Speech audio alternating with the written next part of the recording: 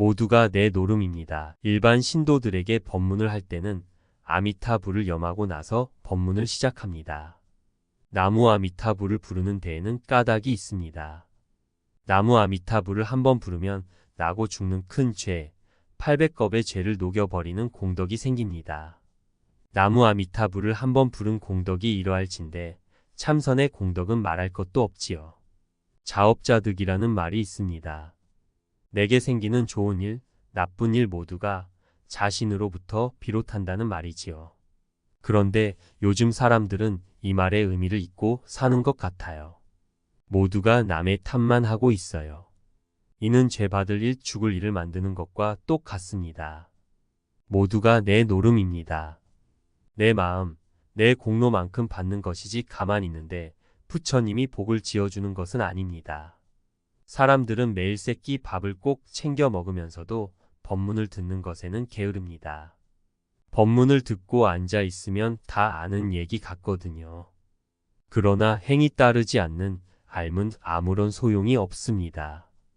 성불하기 전까지는 알고 있는 내용이라도 법문을 밥 먹듯이 듣고 이를 부지런히 행해야 합니다. 그러나 아무리 좋은 법문을 수없이 들어도 돌아서면 잊어버리는 게 우리 중생들이에요. 아무 일도 없으면 심심해서 무슨 일이라도 일을 만듭니다. 일이 없으면 공연히 걱정스럽고 또 누군가를 미워하는 마음이 생기면 그것이 모두 헛것인데 그 사실을 잊어버리고 죄지을 일을 만들어냅니다. 육군이 무사할 때, 다시 말해서 6 도둑놈이 일이 없을 때가 제일 좋은 때인데 사람들이 그걸 몰라요. 그래서 귀 도둑놈, 눈 도둑놈, 코 도둑놈을 만들어 지옥에 가는 일을 만드는 판국입니다. 이래 가지고도 도를 닦지 않는다면 무슨 희망이 있겠습니까? 눈 밝은 이가 보면 고생길이나 죽을 길만 일부러 찾아다니는 것과 같아서 안타까워요.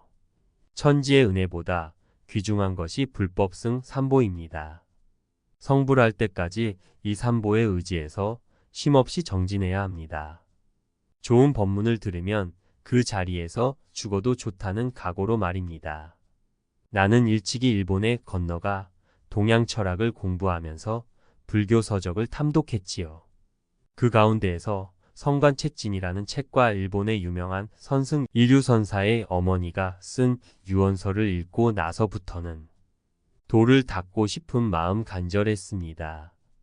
그뿐 아니라 그 전부터 내게는 화두 비슷한 묘한 의문이 있었는데 눈은 왜 2개가 앞에만 있는 걸까? 였습니다. 지금 생각하면 우습지만 그 시절 나로서는 강한 의문이었어요. 그래서 일본 임재종의 윤화로 계시던 서홍스님을 뵙고 금강경 한 권과 참선을 하라는 말씀을 얻은 뒤 한국으로 왔습니다. 그때 내 나이 25 되던 해였습니다. 그러나 출가의 길은 시련의 연속이었습니다. 그 첫째가 부모님의 결혼 간청이었습니다. 부모님의 마음을 상하게 하고 싶지 않아 2번씩이나 선을 봤지만 남의 처녀한테 못할 짓 하는 것 같아 3번째 혼담이 나왔을 때에는 출가의 뜻을 솔직하게 말씀드렸습니다. 그러자 부모님은 결혼한 뒤에 출가하면 안 되겠느냐고 더욱 간절히 부탁하시는 것이었습니다. 하는 수 없어 비구 스님에게라도 시집 올 여자가 있다면 결혼하겠습니다고 말씀드렸죠. 이 말에 2 어른은 며느리감을 두루 찾아다니시다 백양사 근처의 어느 절에서 노 비구니 스님이 스님과 결혼할 처녀가 있다고 한 농담을 들으신 것입니다. 귀가 번쩍 뜨이셨겠지요. 저를 데리고 그곳을 찾아가셨습니다. 결국 그 노스님과의 인연으로 나는 그 즉시 해인사로 가 출가하게 되었지요. 아무튼 부처님의 인연은 그저 놀라울 따름입니다. 그렇다고 가는 길로 쉽게 출가가 이루어진 것은 아닙니다. 일본식으로 하이칼라를 한 겉모양 때문인지 대중공사를 3번이나 한 끝에 중노릇 할 위인이 못 된다는 이유로 해인사에서 받아주지 않았습니다. 그러나 지성이면 감천임을 믿고 나뭇간이며 공양간 등에서 자고 하루에 한 끼만 먹으면서 불 떼고 물 깃고 밥을 하면서 일주일쯤 출가에 강한 집념을 보였습니다. 그러던 중에 서홍 스님을 다시 만나 나중에 은사가 되신 인곡 스님을 뵙게 되었습니다. 출가하고서 맨 처음에 한 것은 공양주였습니다. 가던 날부터 거의 잠도 못 자며 불구를 닦고 밥을 지었습니다. 밥 짓는 양도 잘 맞춰 나중에는 쌀 곡간의 열쇠를 받아 미감의 일까지 보게 되었습니다. 또 신발도 손수지어 신고 헌옷 한 벌로 밤새워 공부했습니다.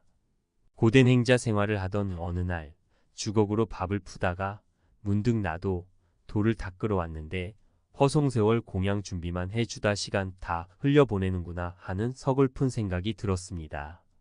그래 옆에 있던 스님한테 배가 아프니 오늘 아침만 좀 해 주오라고 부탁하고는 그 길로 떠났지요. 어렴풋이 100년 앞뒤에 환적 스님이 공부하던 환적굴이 있다는 말을 들은 바 있어 무조건 찾아 나선 것입니다.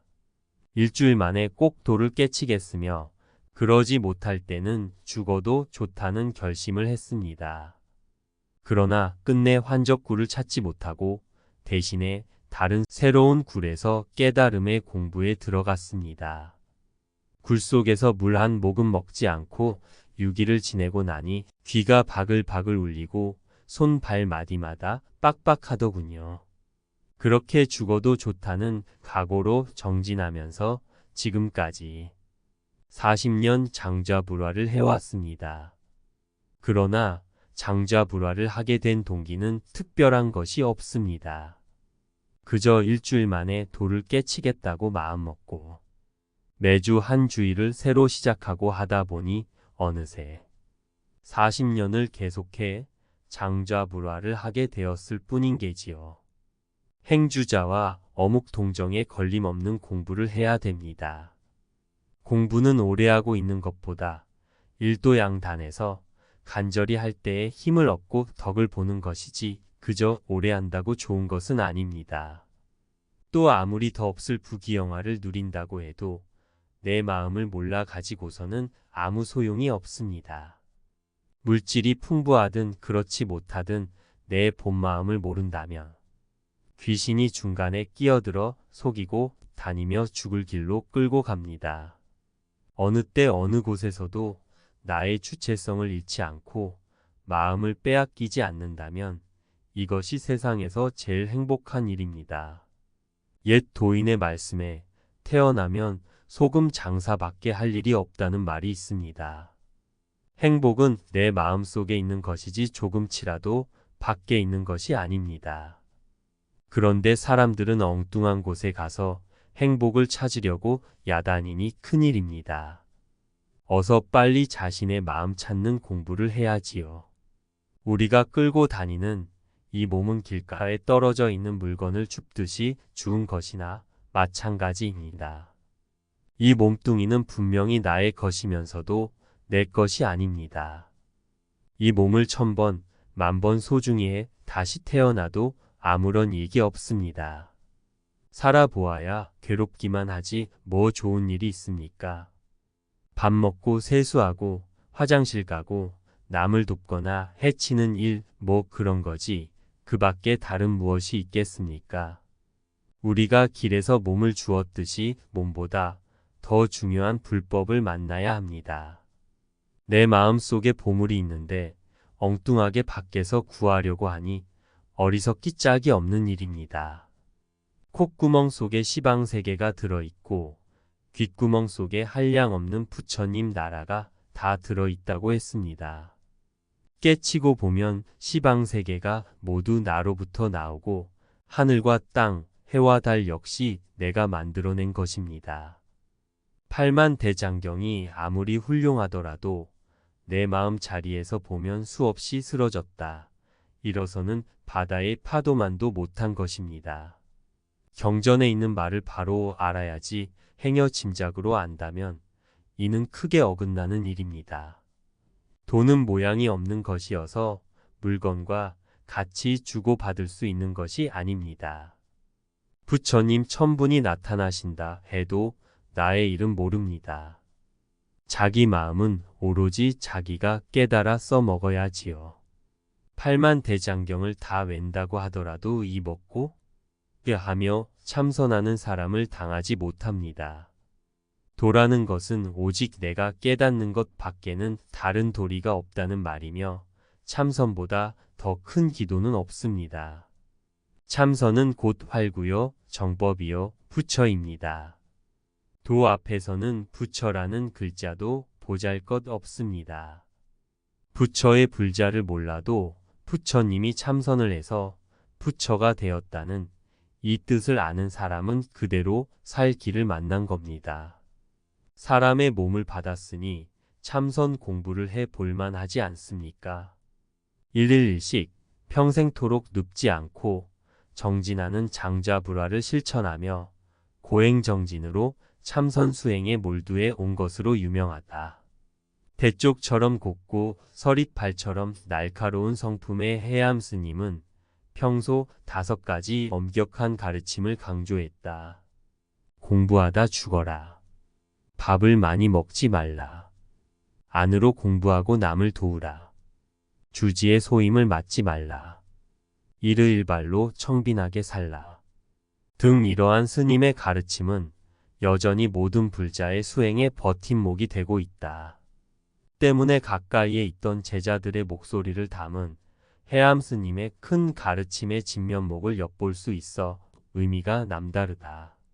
큰 스님만 장자불화와 일종식을 하셔서 저희가 참 면목이 없었어요. 스승은 정진하는데 제자들은 잠을 자고 있으니 얼마나 한심해요. 그래도 차츰차츰 강도를 높여 큰 스님과 함께 용맹정진을 한 것은 잘한 일 같습니다. 이처럼 해암 스님은 호랑이 같이 엄하면서도 자비로움으로 후학을 이끄는 어른의 면모를 갖췄다는 것이 제자들의 한결같은 전언이다. 후학들의 정진을 위해 전 재산을 털어 난방시설을 설치하기도 하고 빵을 먹고 싶다는 학인들의 농담 섞인 한마디의 숲속 암자에서 한달음에 내려가 빵을 사오기도 했다. 또 사업의 어려움을 토로하는 신도에게는 주저없이 전 재산을 내어주는 등 제가자를 막론하고 진정한 자비를 실천했다.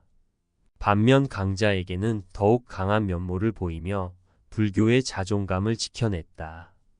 어린 사미 스님들이 산을 지키다 군인들한테 혼나고 얻어맞는 일이 많았어요. 그래서 결국에는 해암 큰 스님께서 군인들을 호통쳐 혼내고 관련 부대까지 찾아가 벌목을 못하게 하셨습니다. 큰 스님의 당당함은 언제 어디서나 멋이 있었습니다.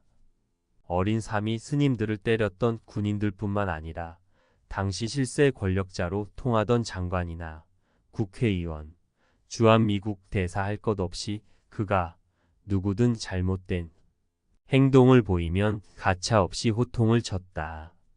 이 책의 인터뷰 진행과 원고, 정리를 맡은 유철주 작가는 현대 불교사에서 해암 스님처럼 간절함과 당당함을 가진 수행자를 찾는 것은 쉽지 않다면서 기회가 된다면 큰 스님의 가르침을 널리 전하는 일에 마음을 더 보태고 싶다고 소회를 밝혔다. 공부하다 죽어라. 공부하다 죽는 것이 사는 길이다. 옳은 마음으로 옳은 일 하다가 죽으면 안 죽어요. 이 세상 난 것도 죽는 것도 살아가는 것도 오직 하나. 공부하는 것뿐. 공부하다 죽는 길이 사는 길이다. 잠은 다 헛것이야. 나는 도노를 이루겠다는 원력으로 장자불화를 하고 있습니다. 번쩍하는 그것을 알려고 수행을 계속하고 있지요. 그러다 보니 자연히 잠을 안 자게 되더군. 나는 잠을 항복받은 사람입니다. 잠귀신은 내게 모손다 이 말이요. 해암 큰 스님께서 살아생전 수많은 제자, 보살들에게 설파하신 화두,